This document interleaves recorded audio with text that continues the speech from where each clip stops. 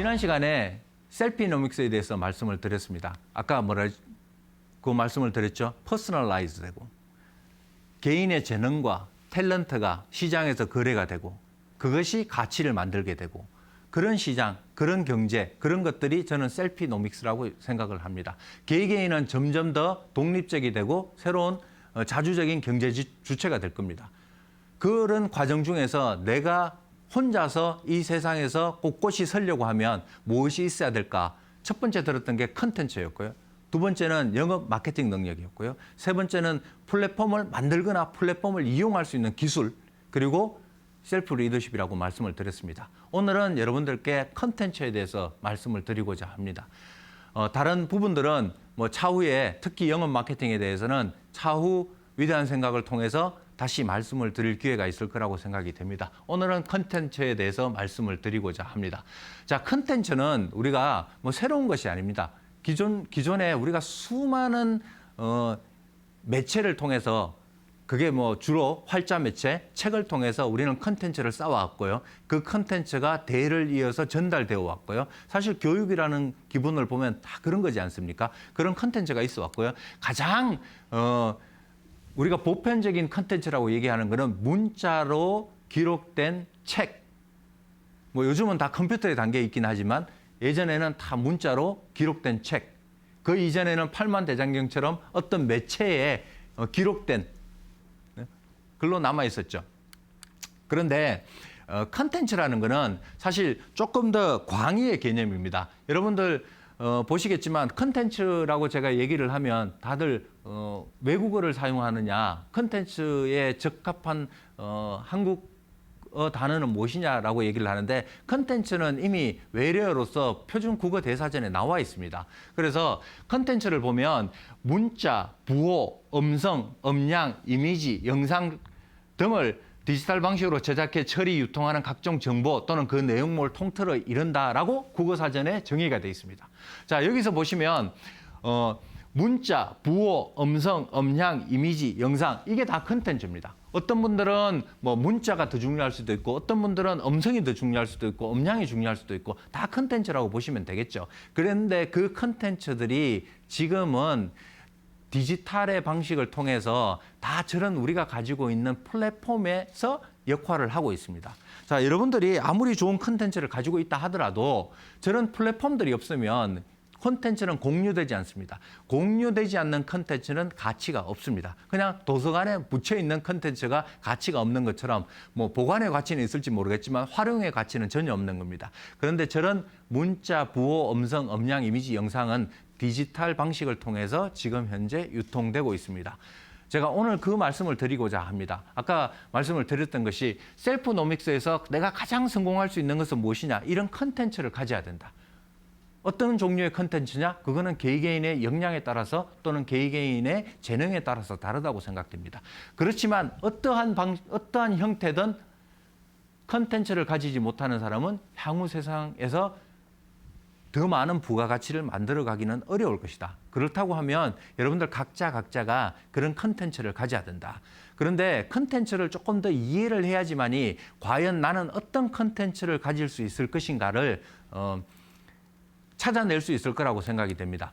조금 복잡한 그림을 하나 들고 왔습니다. 2019년도에 인터넷 미닛이라고 보시면 전 세계에서 60초 동안 일어나는 것이 어떤 것이 있느냐 여러 가지 얘기를 했습니다. 다 보시기에는 힘드실 것 같아서 제가 간단히 요약을 했습니다. 자, 전 세계에서 60초 동안 일어나는 일 4,500만 유튜브 비디오가 보여진다고 합니다. 60초 동안. 그 다음에 70만 시간의 넷플릭스를 시청하고 있다고 합니다. 한국에서도 요즘 넷플릭스 엄청나게 보죠. 넷플릭스를 보고 있다고 합니다. 35만의 인스타그램이 공유된다고 얘기를 합니다. 그리고 4,100만 페이스북 메시지가 공유된다고 합니다. 이 모든 것이 60초 안에 전 세계에서 일어나고 있습니다. 얼마나 많은 컨텐츠가 공유되고 있는지 아시겠죠? 자, 제가 왜 컨텐츠 말씀을 드렸냐면 이 많은 트랜잭션이 일어나는 것은 다 컨텐츠의 힘입니다. 그게 사진이든 이미지든 문자든 음성이든 어떤 형태로든 일어납니다. 저기에서 부가가치가 발생한다는 거죠.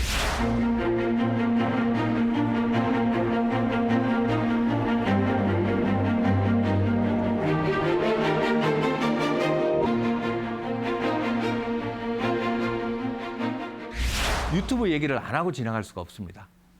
왜냐하면 지금 아마 여러분들 이 얘기를 들으시는 대부분 분들도 혹시나 유튜브로 보실 수도 있고 아니면 이데일리 TV 앱으로 보실 수도 있습니다. 그런데 유튜브 남녀노소 누구나 유튜브를 보시고 계십니다. 저는 감히 확신을 합니다. 예전에는 유튜브는 특정 세대의 전유물이었습니다. 근데 지금은 여러분들 택시 타시면 연세가 있으신 택시 기사분들도 유튜브를 보고 계시고요. 길에서도 이어폰을 끼고 유튜브를 보시는 분들은 지금은 남녀노소를 가릴 것 없이 유튜브를 보고 계십니다. 자, 그런데 유튜브를 보시면 왜 이렇게 제가 자신을 할 수 있냐, 누구나 보는 유튜브라고 자신을 할 수 있냐 하면 전 세계 모바일 인터넷 사용자 25억 명을 대상으로 분석했는데요. 다운로드 트래픽 기준으로 37%가 유튜브가 차지합니다. 사실은 유튜브가 전 세계 모든 데이터를 다 잡아먹는 원흉입니다. 그 얘기는 거꾸로 얘기하면 유튜브에 유통되는 컨텐츠는 어마어마하다는 거죠. 사실은 페이스북이나 인스타그램도 크다고 하지만 유튜브에 비하면 아주 작은 양입니다. 왜냐하면 유튜브는 영상이기 때문에 데이터가 엄청나게 많습니다. 그리고 길이도 엄청나게 깁니다. 누가 페이스북에서 문자 올라오면 2번 넘겨보고 나면 더 이상 길다고 생각하죠. 그런데 유튜브에서는 5분, 10분, 심지어 1시간, 2시간짜리도 엄청나게 돌아다니고 있습니다. 그래서 유튜브가 컨텐츠를 유통하는 데 있어서는 가장 큰 영향을 차지하고 있습니다. 그러면 혹자는 물어보더라고요. 유튜브가 도대체 뭔데? 유튜브가 왜 저렇게 성행을 할 수 있고 유튜브가 왜 저렇게 성공을 할 수 있었냐? 저는 한 가지라고 생각됩니다. 유튜브의 가장 큰 장점은 누구나 방송을 할 수 있다는 거예요. 이 위대한 생각을 들으시는 분도 당장 오늘 내 스마트폰을 켜고 유튜브로 영상을 촬영해서 유튜브에 올릴 수 있습니다. 어떤 컨텐츠를 올릴 것인가는 여러분들의 선택이긴 하지만 중요한 것은 여러분들이 지금 당장 시작할 수 있다는 거죠. 근데 그 지금 당장 시작할 수 있는 가장 근본이 되는 것이 유튜브라는 플랫폼입니다. 그런데 유튜브라는 플랫폼은 여러분들한테 아무런 비용을 요구하지도 않습니다. 여러분들의 자유로 운영을 할 수 있습니다. 제가 유튜브를 홍보하는 게 아니고요. 여러분들이 컨텐츠만 가지고 있다면 그것들을 실어나를 기술적 플랫폼은 얼마든지 있다는 것을 강조드리고 싶어서 제가 여러분들한테 이렇게 말씀을 드리는 겁니다. 중국 관련 사업을 하시거나 화장품 관련 사업을 하시는 분들은 잘 아실 거라고 생각됩니다. 다른 분들은 조금 생소하실 수 있는데 제가 왕홍에 대해서 잠깐 말씀을 드리고자 합니다. 왕홍이라는 단어는 중국에서 신조어 중에 하나입니다. 인터넷을 뜻하는 왕러하고 인기 있는 사람을 말하는 홍런을 합쳐서 왕러 홍런이라고 얘기를 하는데 그걸 줄여서 왕홍이라고 얘기를 합니다. 그럼 왕홍이 뭐냐? 개개인의 역량과 재능을 컨텐츠하고 브랜딩해서 인터넷에서 유명해진 사람들입니다. 이 사람들은 개개인의 그런 브랜딩을 가지고 실제로 모바일에서 제품을 판매를 합니다. 우리랑은 조금 다른 컨셉이죠. 우리는 만약에 유튜브가 어떤 제품을 판매하기 시작하면 구독자들이 막 댓글을 달죠. 상업적으로 변질했다. 이 사이트는 더 이상 못 보겠다. 이 채널은 더 이상 아니다. 그렇게 얘기를 하지만 중국 같은 경우에는 우리랑 문화가 좀 다르기 때문에 실제로 이렇게 모바일 상에서 SNS에 나와서 제품을 판매를 합니다. 그런데 각자가 전문으로 하는 영역이 있습니다. 자, 화장품, 그 다음에 의류 이런 식으로 전문적으로 영역이 있습니다. 자, 지금 나오는 사진에서 보면 웨이야라고 한동안 엄청나게 인기를 끌었었고 유명해지게 된 계기는 이미 유명했지만 사람들한테 알려지게 된 계기는 하루 동안 557억 원치의 제품을 판매하게 되면서 유명해진 그 왕홍입니다. 그리고 이 사람이 한국에 알려지게 된 거는 한국 화장품을 1초에 2만 개를 팔아서 한국 화장품 중에 그 브랜드는 대박이 났겠죠.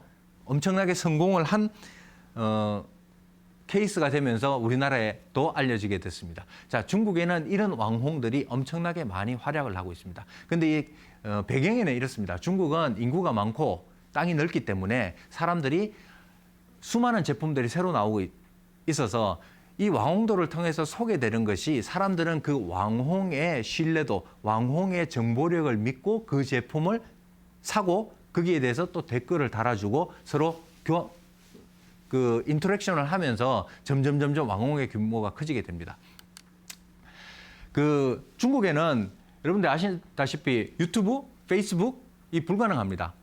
다 차단돼 있기 때문에 중국에서는 자기들 나름대로 SNS 플랫폼을 사용합니다. 자, 가장 아래에 있는 그 런런왕 같은 경우에는 사실은 페이스북과 거의 유사합니다. 그리고 유쿠 같은 경우에는 거의 유튜브랑 유사합니다. 그래서 위챗 같은 경우에는 우리나라의 카카오톡처럼 이게 서로 문자를 주고받는 그런 기업입니다. 자, 전혀 한국에서는 알려져 있지 않지만 이게 중국의 SNS를 좌지우지하는 대표적인 플랫폼들입니다. 그런데 왜 제가 이걸 보여드리냐 하면 아래에 보시면 이 플랫폼을 이용하는 사람들이 10억 명입니다. 우리나라 카카오가 아무리 발전을 해도 5천만을 넘어가기가 어렵습니다. 왜냐하면 인구가 5천만이기 때문에. 중국의 이 플랫폼들을 사용하는 사람들이 이미 10억을 넘어서고 있습니다. 그렇기 때문에 왕홍이 엄청나게 많은 역할을 하고 있고 지금 여기 보시면 왕홍이 2015년부터 시작을 해서 지금 현재 2020년에 거의 11조 원에 가까운 경제를 구성하고 있다고 합니다. 그 얘기는 뭐냐면 소비자가 핸드폰에서 왕홍이 방송하는 것을 보고 거기에서 구매를 하는 양이 11조 원. 혹자는 17조 원까지 될 거라고 얘기를 합니다. 그러면 17조 원과 11조 원의 갭이 왜 그렇게 많이 발생하냐? 사실 왕홍에 대한 정의가 어렵습니다. 아까 뭐라 그랬죠? 인터넷에서 유명한 사람이라고 그랬잖아요. 유명한 사람들의 기준이 어딥니까?